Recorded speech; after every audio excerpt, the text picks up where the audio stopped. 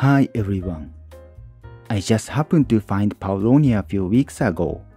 It's actually a cutting board at Daiso, but I wanted to use Paulownia, so I'm happy with it. They also had a craft board too. If you don't know what's Paulownia, it's a common wood species for Japanese sashimono woodworking, and I'll explain what Paulownia is as you see this video. And here's what I made. This was gonna be my toolbox, but somehow it became a sewing toolbox for my wife. Let's see how I made it. Yes, of course I started by cutting the cutting boards. Paulownia is supposed to be hardwood, but it's so soft and lightweight like balsa wood. And it's really easy to cut. The difference is, Paulownia is pretty strong. Well, the weight is actually the reason my wife wanted this box as her own toolbox. Yet, the downside is, the surface is soft and it can easily get dents and scratches, but you can fix it with a wet cloth and iron. Let me show you how you do it. This is the common wood repair technique in the US, and it's also a common technique to repair Paulownia furniture in Japan.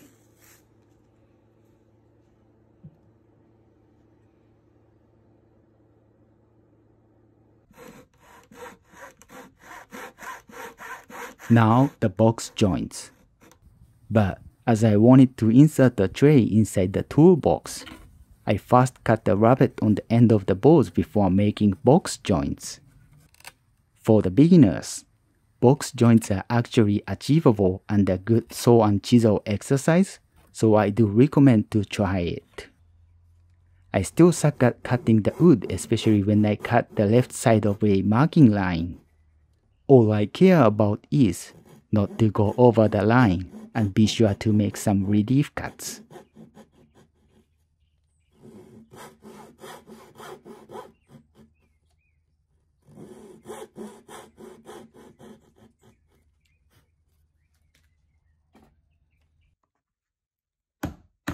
When it comes to chiseling, please do not chop out the big chunk of the waste close to the marking line. It's not a thing limited to Paulownia, but when you handle soft wood, it breaks the fibers and joints get weaker. You have to slice it a little by little. After this, I made another rabbet on the board edges. Yes, I finally got the rabbet plain. I should have made a $30-40 investment on this tool earlier. It makes things so much easier. Though I still clean the edges by a chisel. This is always the safer way.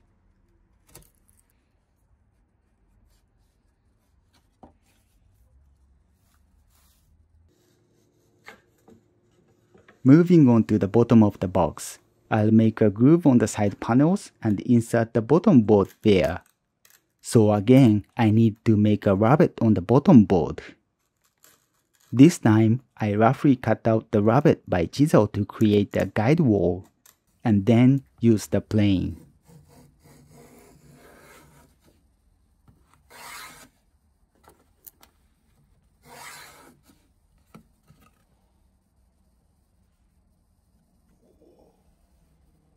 And now I cut the grooves by a router plane. The joint length is weirdly long because I originally measured them in the wrong length, but I'll anyway trim them, so it's okay. Here I fit the bottom board to glue it. Oh, but like I said, I cut the side panel in the wrong length, and the rabbet was slightly undercut for the tight fit. And now that I shortened it, there will be a gap in the joint. Therefore, I actually glued thin shavings to fill the gap before gluing the joint. It won't be noticeable. Anyways, the bottom is done.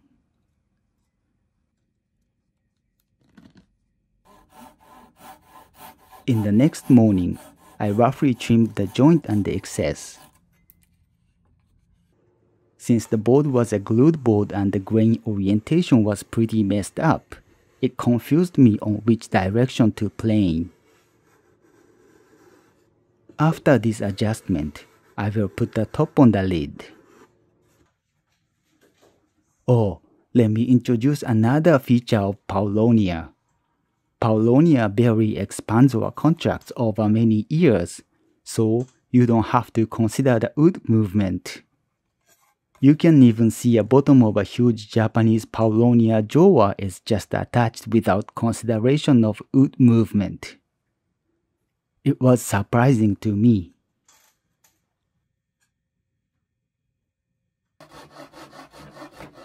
Now I got to make a tray that will sit in the box as well as small boxes to organize tools. So I cut lots of strips from what they call a craft board at Daiso. I get in the production mode, but it still took me like 1 hour to prepare all wood. Here, I will have to cut out the box joints again, but I've already shown it, so at this time, let me try doing a Japanese narrative so you can have something Japanesey feeling.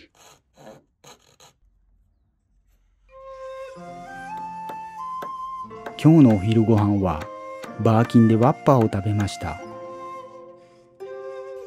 コーラとの相性は抜群で、腹の中からもアメリカを感じることができました。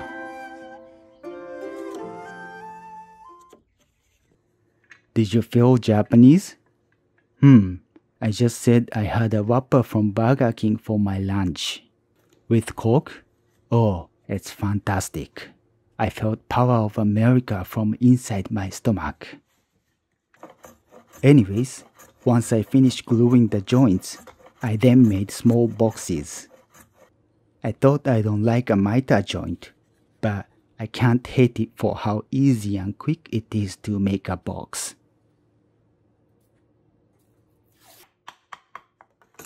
Now I dry fit the box insert, but I realized I made it in the wrong size. I told my wife I liked the balance of the divider's position, and it's going to look good on YouTube as an excuse. For the bottom of the tray, just like the lid, I glued one piece of a board.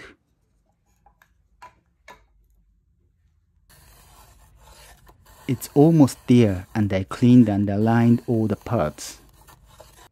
I really don't know what I was thinking, but I miscalculated a lot in this project. And this tray was also 1/8 of an inch taller than I designed. So I had to shave it a lot. Finally, I work on the main box body. Now the lid and the bottom are flush even when you change the lid orientation.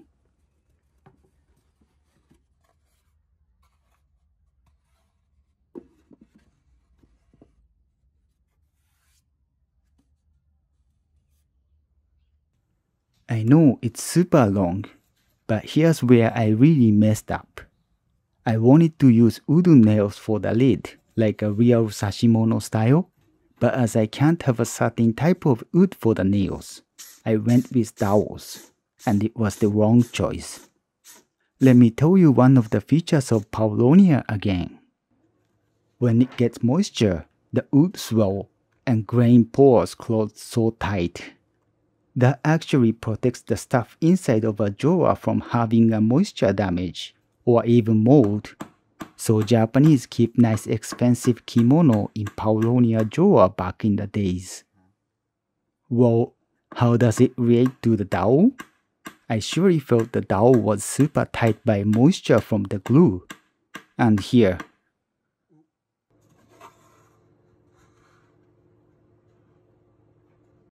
I think that's why they use a wooden nail instead.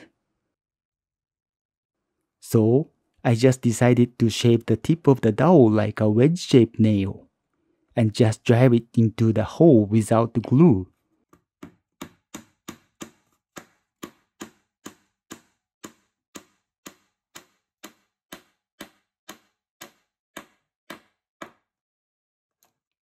and then rub the nail top with glue mixed water.